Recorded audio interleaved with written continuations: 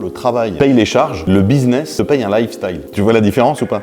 Tu veux un micro? Tu veux dire quelque chose? Je cherche une phrase d'accroche. Je pense que c'est vraiment le moment de lancer la chaîne YouTube. Mesdames et messieurs, il est déjà pris. Faut que je trouve mon truc. Will, qu'est-ce qu'on fait? I found that nothing in life is worthwhile unless you take risks. Nothing.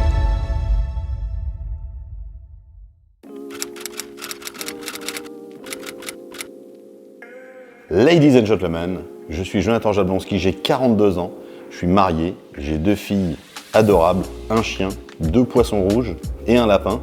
Et j'ai surtout 16 ans d'histoire entrepreneuriale à vous raconter.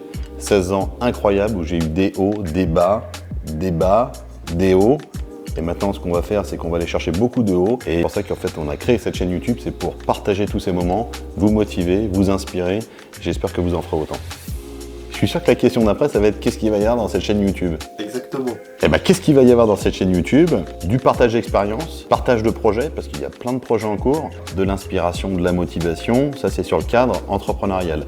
Il va y avoir aussi pas mal de lifestyle, parce que bon, je suis un petit peu sportif, sachant que j'ai 42 ans et que demain, je démarre un challenge 8 semaines pour le summer body, comme on dit dans le milieu. Il va y avoir aussi, bien évidemment, vous êtes tous gourmands, des recettes de cuisine que je vais vous partager. Et pour les food mécaniques aussi, ce qu'il va y avoir, c'est une petite surprise. Je vous en dis pas plus, mais en gros, ça va être voiture un peu puissante et puis moto très sympa qui fait du bruit, qui fume, l'Amérique. Tu penses que les gens ont besoin de quoi? Eh ben, les gens, ils ont besoin d'un peu d'espoir. Ils ont besoin de voir un peu plus loin. Tu sais, il y a encore... je reprends toujours cette période du Covid, mais ça fait faire quand même déjà 3 ans. Tu faisais des plans. Aujourd'hui, c'est compliqué de faire des plans. C'est dans la nature humaine de se dire, ok, j'aimerais dans 2 ans, 3 ans, 4 ans être à ce niveau-là. D'où t'es venue cette envie d'entreprendre?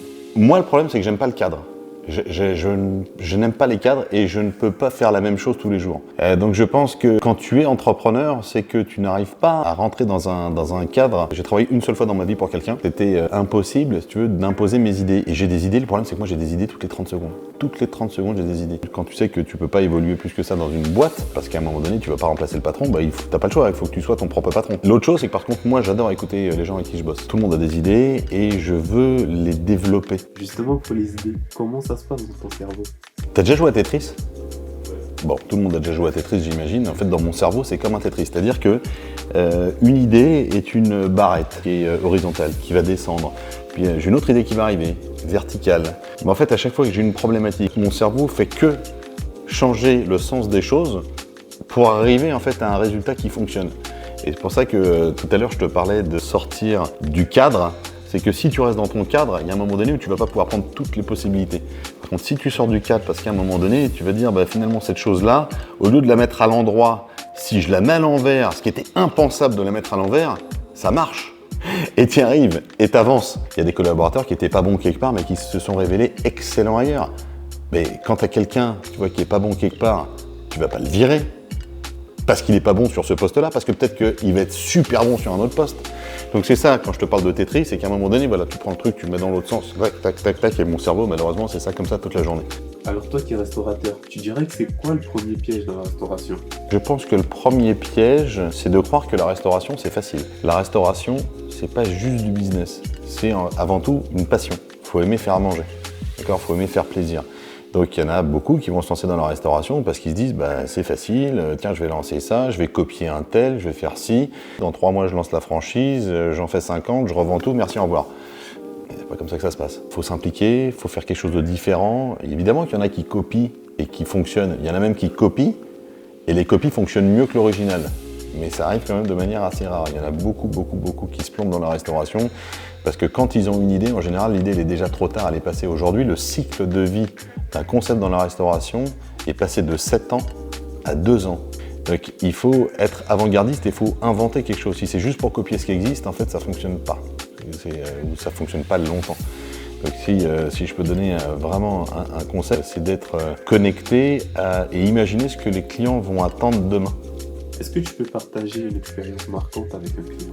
Une expérience marquante avec un client. J'étais au service dans le premier restaurant Factor & Co qui était dans le 13e arrondissement, qui était vendu depuis. Et puis un client qui arrive, il prend sa salade, il dit bah, je vais prendre ça, et en dessert je vais prendre un yummy. Yummy c'est quoi chez nous? C'est un fromage blanc avec un petit peu de lait végétal et des fruits. Ah je lui dis bah prenez pas un cheesecake aujourd'hui?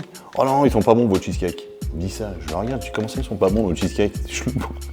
Je me cassais la tête à faire des cheesecakes de dingue, il me dit ils sont pas bons les cheesecakes. Il me dit non, il me dit moi je vais souvent aux États-Unis, il me dit un cheesecake, il doit être comme ci, comme ça, là, la croûte elle est molle, et je le prends super mal. Je passe ma nuit à regarder sur internet des recettes en anglais, des vidéos, des machins, etc. Et je réfléchis, et je travaille. Une semaine après, le mec revient. Dessert, yummy? Ouais, non, cheesecake. Prends le yummy, je t'offre le cheesecake. Je fais une part de cheesecake, il le mange. Il m'a dit, je n'ai jamais mangé un cheesecake aussi bon. Ce client est devenu par la suite un très bon copain, et évidemment à chaque fois qu'il venait de midi, il prenait son cheesecake. Le pauvre, il a pris 10 kilos.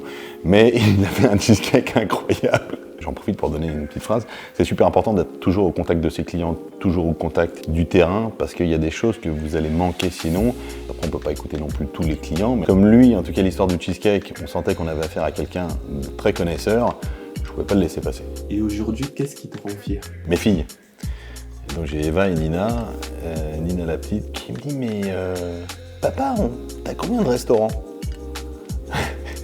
Et en fait c'est rigolo parce que elles vivent au quotidien l'aventure. Elles réalisent de temps en temps en fait ce que c'est. Et elles sont là elles sont fières, tu vois. Ça, cette fierté, ça fait tout. Ça fait tout. Ça te donne encore plus de force. En tout cas, j'espère que vous avez pris plaisir à écouter le début de cette aventure de la chaîne YouTube. J'espère que vous allez vous abonner, partager et surtout mettez bien en commentaire s'il y a des sujets sur lesquels vous avez des questions que vous aimeriez que je partage avec vous. Et on n'oublie pas, seul on va plus vite, ensemble on va plus loin. Pourquoi je vous dis ça? Parce que j'ai besoin de vous pour que vous puissiez me dire de quoi vous avez besoin. On va pouvoir le partager, faire du contenu en plus. Donc je compte sur vous, on lâche rien.